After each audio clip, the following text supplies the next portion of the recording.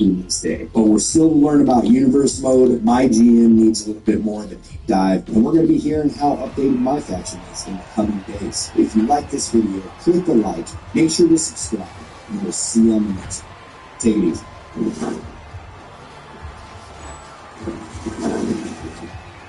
It's lemon pepper season at Zaxby's.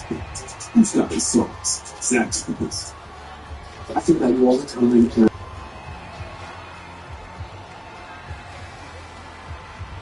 There's a lot more updates with 2K25. One of the first things, though, I want to talk about is these releases. So WWE themselves have released like 11 different talents just over the weekend, just actually over the course of Friday Night SmackDown. So we have the likes of the Good Brothers, Sonya Deville, Isla Dawn, recently noted Electro Lopez has also been released, and there's a bunch of others too. A lot of the questions that usually circulate around the timing of this is, will these superstars still make it into the next video game? The more important thing is actually the well-being of these people, that they quit for jobs, that the release is going to be okay, they will go to another company, or they will future endeavor somewhere else and they will be happy. That's the main thing here. So it's wrestling and this is video. So, for the video game audience though, a lot of people do ask, will Sonya Deville, will Cedric Alexander be in 2K25 now that they have been released? Chances are, this is Matt's little guess here, but I would say that they are likely to stay in the video game. It is so close to release. We got the game coming out in a month or less than a month. It's a tiny drop for me. But it's not far away, weeks away. I think it's too late to yank people out of the video game. I think we are likely to see these superstars still in there and be playable. There's only the off chance to me that they want to somehow, some way remove them because of, they could go to a company, or go to AEW, and they don't want them featured in the game. But none of the releases are of a huge high profile. Like, it's not what we had back in the day where they removed Bray Wyatt from the game, where they removed Adam Cole from the game. I think that it depends on WWE, I gotta be honest, that's just my opinion. I think if WWE doesn't want certain wrestlers that are released, if they don't want them in the game, then they're going to tell 2K, hey, yank them out, and then they will get them out as quickly as possible. They'll patch them out. But then all of their moves, entrance motions, things like that, typically would end up staying in. So I think you can play as Giovanni Vinci? Hopefully. Like, I don't see why not. They just won't be talking. Like, any of the gameplay trailer footage, anything that gets kind of put out there in public for marketing and press, I doubt that they would really want to highlight and showcase anybody that has now been released. So I don't think you'll see from 2K themselves many matches showing off Giovanni Vinci or Cedric Alexander, but I do think that they would end up being in it. So what do you think? Do you think that superstars are being released? Do you think they're going to make it into the game? Let me know what you think. The other piece of news that we have is going to be the Ringside Report. And that was away for a few days. Right? And it's a very Canadian thing. You know what I did? I went skating on, like, giant canal. That's what I did. So, with my friend. Like, as very Canadian as you could do it, I did it. It's exactly what you imagined as well.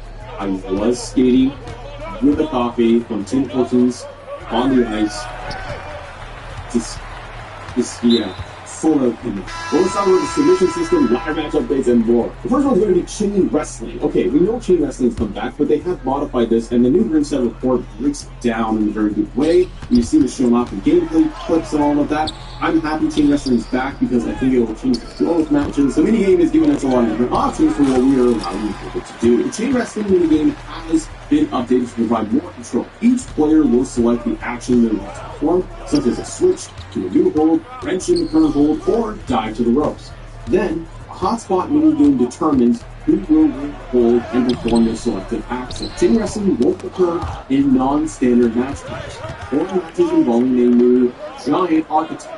It can also be customized in gameplay set, so non-standard match types. Hell in a Cell, multi-man matches, anything that's gimmicked up, gauntlet match, it's a standard match, just for you never know. But non-standard matches, you won't be able to do Chain Wrestling. The giant archetype is interesting. That was a nice thing that they've implemented here, so that they are going to have giants, and anybody that's going to be like that, like Andre the Giant or Braun Strowman, I assume, they are going to have a bit of armor associated with them, for their stamina and their build-up, so that they are going to be a little bit harder to take down, and they also won't do top rope moves. You won't have Andre the Giant doing a giant clothesline off the top rope unless you want him to. You go and modify his full moveset and all that. We'll talk movesets in just a minute. But I do think that it's a cool thing to be able to have chain wrestling back in there. And the mini game sounds pretty balanced, and you are going to be able to do a standing switch, get them into the corner, and try and do it in different ways. I also do like, as I mentioned here, the giant archetype. I do like that because I think it adds more realism to it. You will be able to go up to Andre and try to do a chain wrestling mini game. You should not be able to collar and elbow tie up with Andre the Giant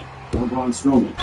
That I do like because you are changing the way you will approach a match. If I am going to go against a giant, then I am going to have to do different strikes. What if I am more of a luchador? What if I am Penta? Or I am Red? I don't even know if Penta's in the game yet, but if he is, I have to change how I'm going to approach attacking somebody like that. So I do think these are going to be great little changes to the game that will make the matches not feel so arcadey. The other thing is going to be the submission system has a new option, has a new alternative. So you can still do button mashing for submissions, but they now have a new mini game in there. I don't know how I feel about this. So in 2K25, you can now switch things up and use the slider-based mini game, which prompts players to use the left and right triggers to move the slide around the circle shown on screen. Your opponent will, of course, try to move their slider out of the way, while it's still up to you to try and overlap it to either escape if you're on the receiving end, or get them to tap out if you're on offense. We've seen the minigame submission games, like submission mini games in 2K, like for years, have never been something that does me great. They've always been kind of wonky. I don't know if I love the change up to the submission system. Frankly, the thing that I'm more wanting from the submissions, and I haven't seen it, is the player, the opponent reacting when in a submission hold. I want to put an ankle lock on somebody and they crawl to the ropes, and then I can clearly see it, and that there's a camera animation going and seeing the person climb and they grab the bottom rope, and it's all chaos in there.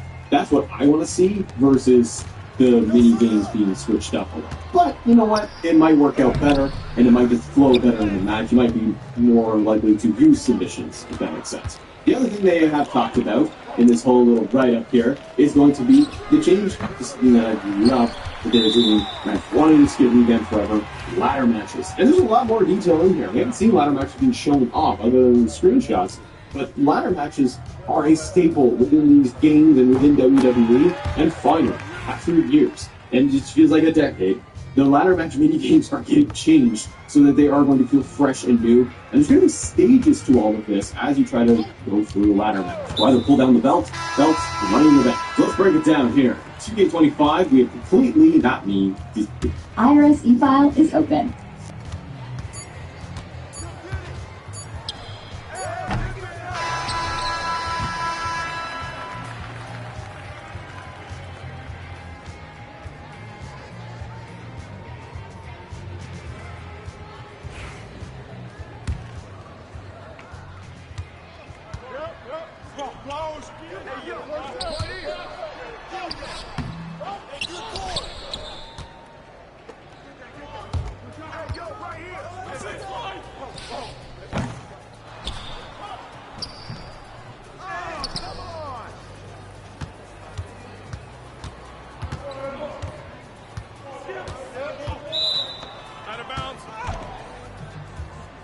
better captures the tension and drama of a typical ladder match. I hope so, because there's no tension. It's just ding, ding, ding, 6 men run around, no one goes for the belt in a ladder match. Or they just run for it. This new mini game is broken down into multiple stages, with each stage bringing the player one step closer to victory. As part of the mini game, players are prompted to press a series of buttons before the timer expires. Succeed and move on to the next stage, while failure will send you back to the beginning. And in an all-new twist, players can continue playing the game while hanging from the prize. So you start to climb, and you gotta press the buttons to go with it, and you're on a timer, and then you're gonna get that done, and you're gonna move on to the next stage, and then theoretically the third stage, and then you're gonna pull it down, and you got more mini game elements in there. I like it. And you know what?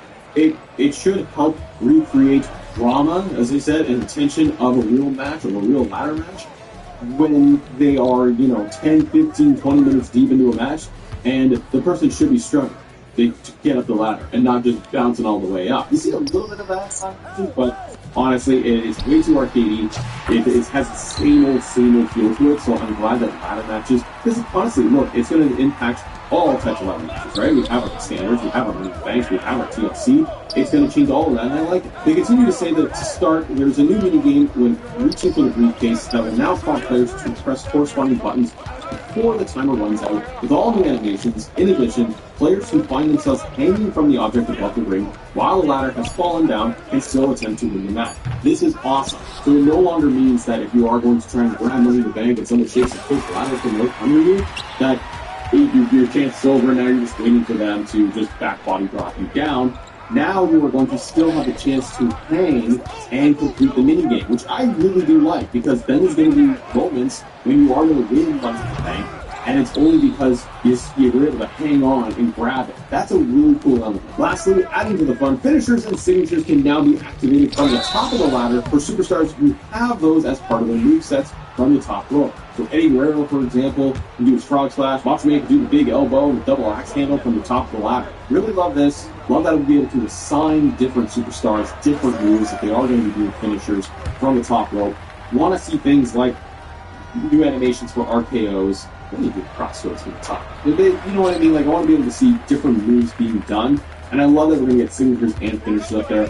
It's been too much of the same old, for way too long. So having this being changed up does give me hope for a little bit more. This is all within the gameplay ringside report. I want to know, have they changed anything when it comes to tables? Are you going to be doing different table finishers, signature moves? Are they going to be able to stack the tables in the corner and do anything different? Different motions, different attacks, those types of things. Setting up a ladder on the outside for the extended ladder, we're going to create the bridge. What have they done there? Have they changed anything with that? So a lot can be done with the weapons, I feel, and hopefully this is a good indication that there will be more. Okay, the other thing that they have done is they have updated the AI settings. Now, I am not somebody who messes with moves all that much. Like custom created superstars, my guy basically just walks around and just slaps people. It's very useless. But for people that love to be able to modify and change up the settings for moves, they have revamped this. This is pretty interesting. So there's going to be 3 different settings. There's priority, repetition, and timing. Priority settings are just how likely the AI will be to perform the move in general. When set to preferred, AI will have a higher chance to perform the attack. When set to favorite, AI will try their best to perform the move at least once during the match, performing any setup necessary.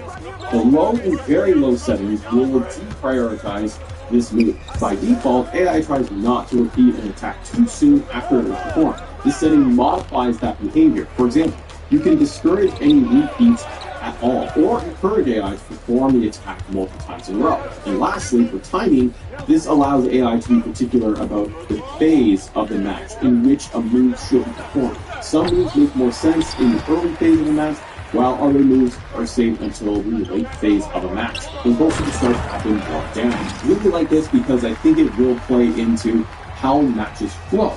Will they feel, and you could actually tweak it, to make the matches feel a little bit more aggressive, move at a faster pace, or they're going to be more balanced, maybe slower at times. But when you combine things together, when you have things like chain wrestling added in there, when you have all of the moves being added in and tweaked, so that the AI is not going to just simply perform the same suplex over and over again. They're not going to be doing the same attacks, doing the same strikes and those moves over and over again. This will hopefully balance the AI better. There's a ton of AI settings in the game in 2K24, assuming they're going to be all in there again for the balancing of the sliders for 25.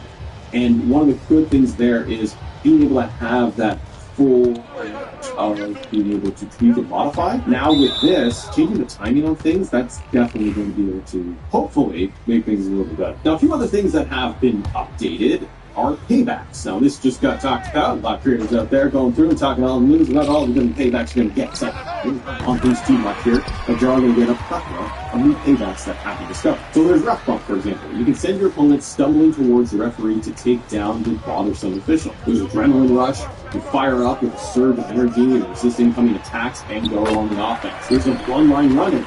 You can summon an ally to ringside to make the fight fair and can be used up to 3 times in a match. The Bloodline run-in is probably that payback, I assume, is going to be part of the Bloodline rules match. Bloodline Rules match we haven't seen shown off yet, only like a little snippet in the teaser trailer. But that one I'm excited to see, because they did talk about that, where you can have each opponent have up to 3 people interfere into the match, and you can call those allies throughout, kind of like cashing in for your allies to help you out. Now, I wonder if you can do the Bloodline run-in for everybody.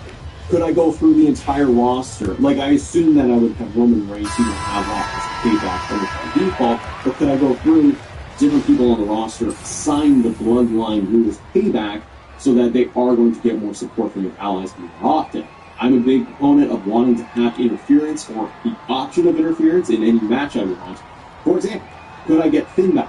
Could I have Finn Balor use the Bloodline Rules payback assigned to him regularly so that the rest of Judgment Day comes out and helps him get into the match, interfering with get the win? Now, we did also see a ton of underground matches. What did you guys think of the full underground playthroughs that you've seen? You can throw people off the ledges, you can do strikes, you can do dives. All of it looks pretty good. I am kind of like, I don't know, I get excited about what I see with that, but I'm also like, it's a standard match without ropes. And there's NPCs you can't interact with.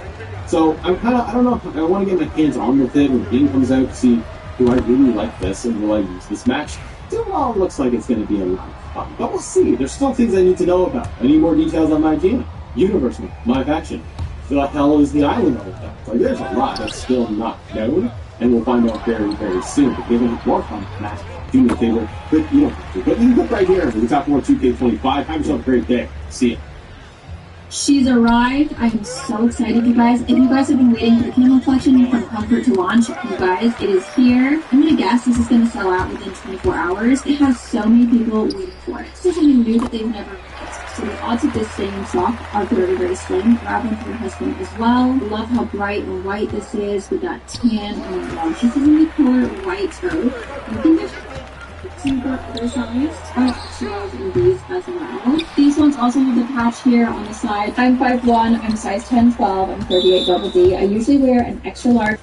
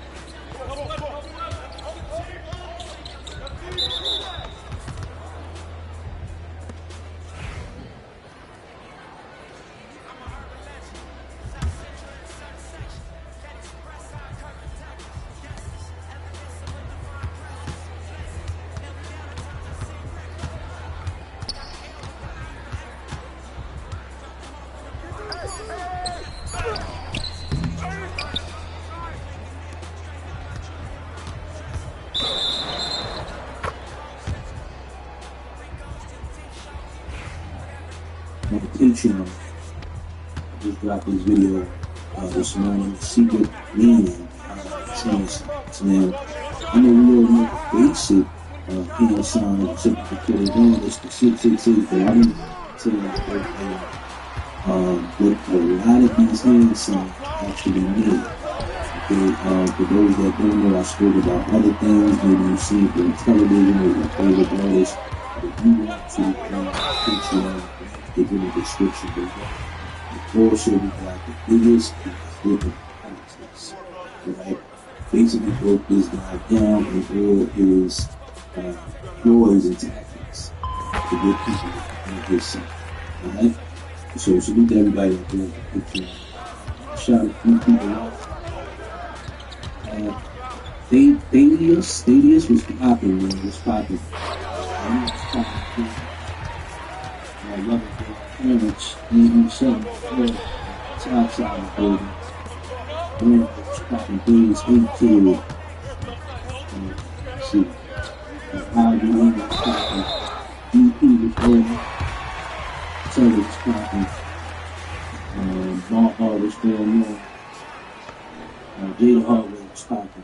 Scott, what's going on? All right. So, salute the Good Fight Ministry. We're going to be talking about some stuff today. So, now this video is going to be about Kendrick his endeavors, right? And salute the Good Fight Ministry. I'm going to be doing a review of their video. They beat me to the pitch. And then, now this is some of those, you know what I'm saying, that people are trying to break down. That took place in at the Super Bowl yesterday, and I'm gonna be talking about that as well. I'm going to talk about significance of ownership. I'm gonna blow y'all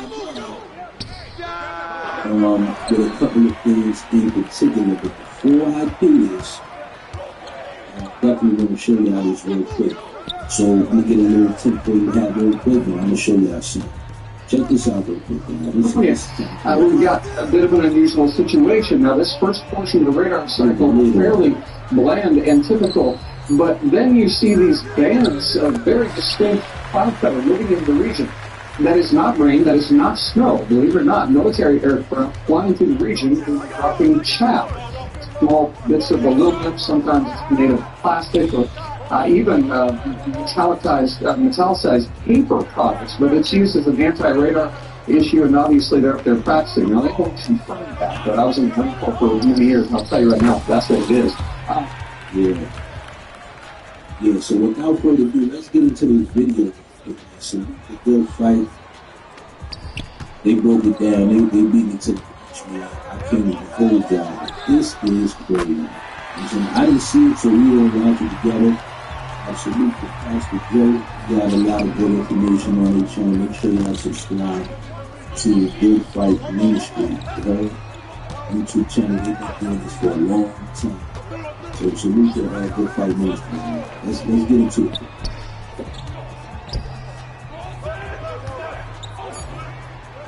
Kendrick Lamar is often ranked second among the top rappers of all time.